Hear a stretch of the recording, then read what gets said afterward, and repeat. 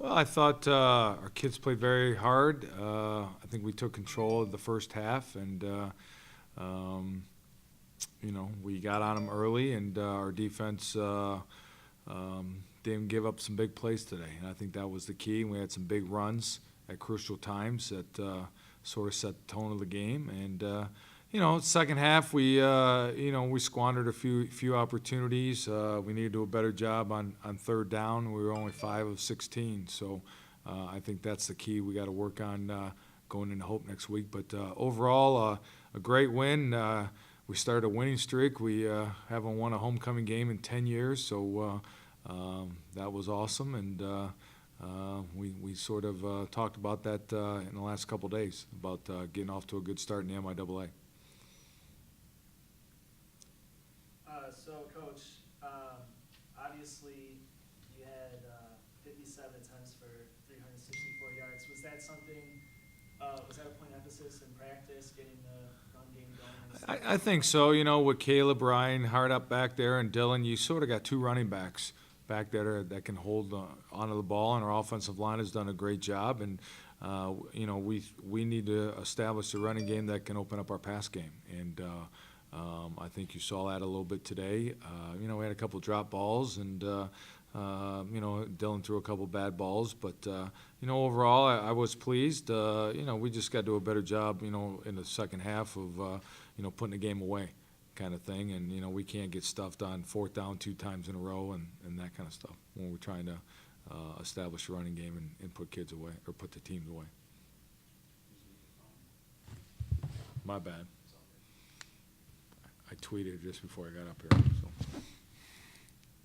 How do you feel that Dylan and the rest of the offense rebounded after the first drive going down for that interception? Yeah, I thought they did. I thought they did a good job. We squandered that. We moved the ball right down there, and I think we just had to stick to our running game and our play action pass game, and I think he just made one bad throw and they intercepted it. But you always want to get down there, and especially our drive. I don't know what it covered, maybe 40 or 50 yards. You always want to score some points and sort of set the tone. So that put us back on our heels a little bit. But then I think we responded on the next play, I think, and scored. So I thought that was the key. You mentioned this being the first homecoming victory for Elm in 10 years. Was that a vital point of emphasis in the game plan going into the week, or was this just another game against Kalamazoo? Well, I think it was. I emphasized it the last couple of days. The kids didn't know about it until later in the week, but it has nothing to really do with homecoming. It has everything to do with the MIAA. And, our goal is to win an MIAA championship, and if you don't beat Kalamazoo at home, it's hard to do that. So just homecoming just added on to it, and then just gave our kids a little incentive to say, hey, I was on that team that broke that 10-game losing streak. So, you could look at it either way, but to me, it's we broke that, and we're 1-0 in the MIAA, which is where you need to be.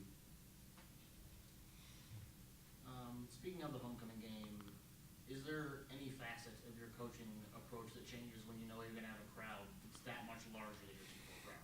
No, not really. No, it's just the only thing you get more is the alums come back a little bit. You know what I mean? We had a couple guys here from the 70s, that played here 40 years ago, and a couple of guys haven't been back for 20 or 25 years. So just hearing some stories of how things were back, 40 years ago to now, but there's no change. You know what I mean? The only thing, we started an hour later instead of 1 o'clock, and that kind of stuff. But for homecoming, it's great. The alums feel good. You know what I mean? They can, as I say, they can stick out their chest on Monday when they go back to work and say, hey, I went to Alma's homecoming game and they won. So they did pretty well on Saturday.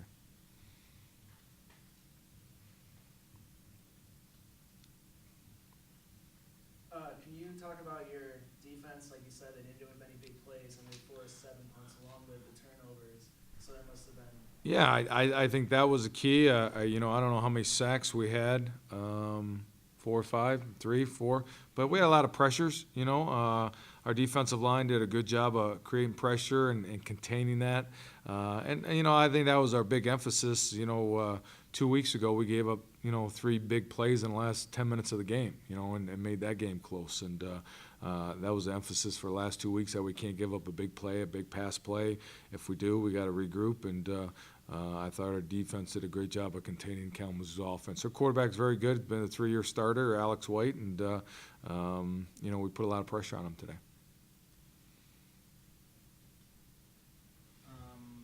Kalamazoo put up over double the amount of double the penalty yards that Alma did.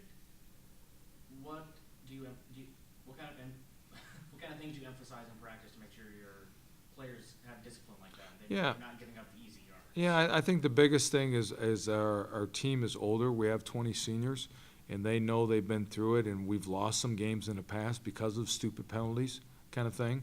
And, I'm very happy with that because, a penalty can change the outcome of a game at any time. They got a roughing the passer call late in the fourth quarter, right, and got us a first down where we threw an incompletion where we had a punt. So penalties at crucial times can change the whole complexion of the game, and we saw that against Manchester. We got a holding call that cost us a touchdown, and a roughing the passer also that cost us the touchdown. So the kids know that we can't have those kind of mental mistakes. Yep. So moving forward next week at Hope, just for your information, if you haven't seen, Hope beat Olivet in Olivet 42-20. Olivet being the reigning MIAA champion. Mm-hmm. Brandon Campbell, their starting running back, put up his average for the year of 21, 140, and 2 touchdowns. Last season against us, 29 carries, 231, and 5 touchdowns. What will be the key to preventing that again? Stopping Mr. Campbell. That he's the best. I'd say right now him and Kayla are probably in the top couple running backs in the conference, and we had a lead on them last year, and they came back, and he broke some big runs and touchdowns. So now it's kind of, now we have to revert back to, okay, we've been playing a couple passing teams the last couple weeks, so now we got to go back to how we're going to stop the run and fit up and control the line of scrimmage. That's going to be a very physical game. I think it's their homecoming next week, so and I think they're going to be fired up because we went up there 2 years ago on homecoming and beat them, and I know that's going to be a big thing, and they're going to be sky high because they just beat Olivet, who was a preseason favorite, and we're going to have to play our best game to date to compete against them. Speaking of next week's game at Hope, do you have any updates on the status of Caleb Reinhardt? He was just sick today. I think he's had flu the last couple days, so I think that after a couple runs and it's one of those things that got hot out there. There's no wind, and we might have been a little out of condition. We got to do a little more conditioning this week, but with all its weather changes and everything. So I think we just kept him out because he wasn't feeling good, had a sinus infection, and we need to have him healthy for next week. How about the status of Wagner? I haven't been down to the trainer. I think it was an ankle kind of thing. So I think he made a nice catch, and a kid rolled up on him a little bit. So it's one of those you never know until tomorrow kind of thing to see how he feels. But we kept him out just because I think he rolled his ankle a little bit and just wanted a precautionary thing. So.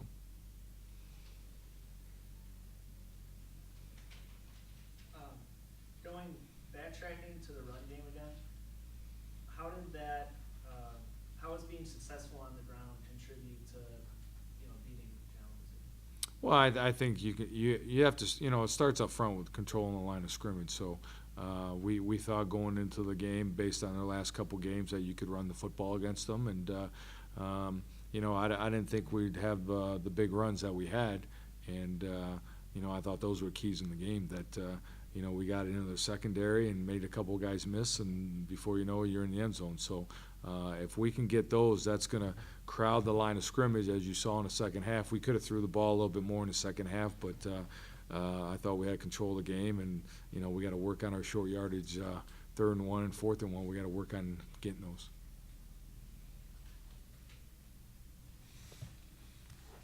So far this season, has there been less focus on actually passing? No. It's more of the running? It's more of what the defense gives you, kind of thing. If they put 7 or 8 or 9 guys in the box, and you're going to throw the football, And I think, we just had, spread people out. And our offensive line is doing a great job. And like I said, we have a dual threat with Caleb. And, when Austin Spradling, hopefully he'll get healthy here next week and get him back, a little different running back, and with Dylan. So makes it tough. Makes it tough on defenses to see who you're going to be able to try to contain.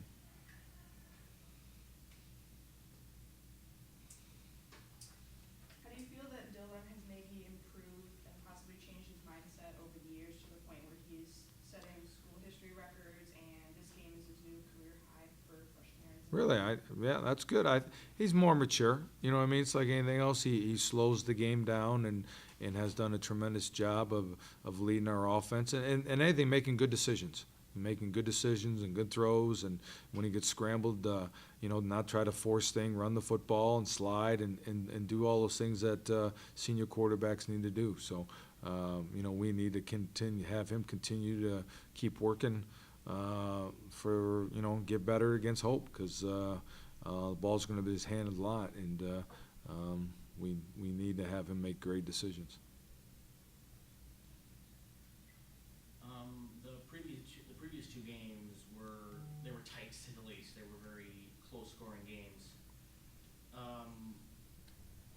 Is it safe to say it was pretty relieving to to be going towards the end of the game with a pretty decent gap between? I wasn't relieved until we finally got a first down, with 3 or 4 minutes to go in the game, and then I put our second team in.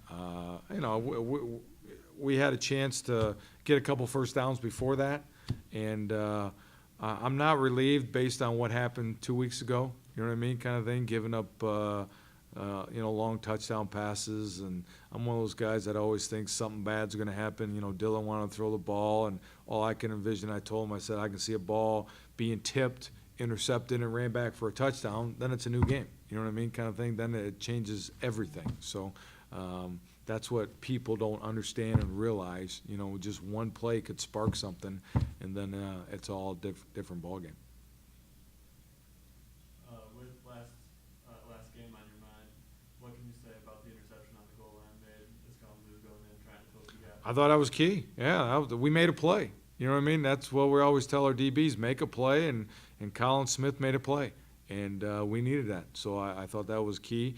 I was kind of disappointed. We had another interception right in the third quarter, or maybe in the fourth quarter, and we didn't get any points out of it, I don't think. So, when we get turnovers, we got to turn them into points if we're going to keep getting better and contend for the MIAA championship.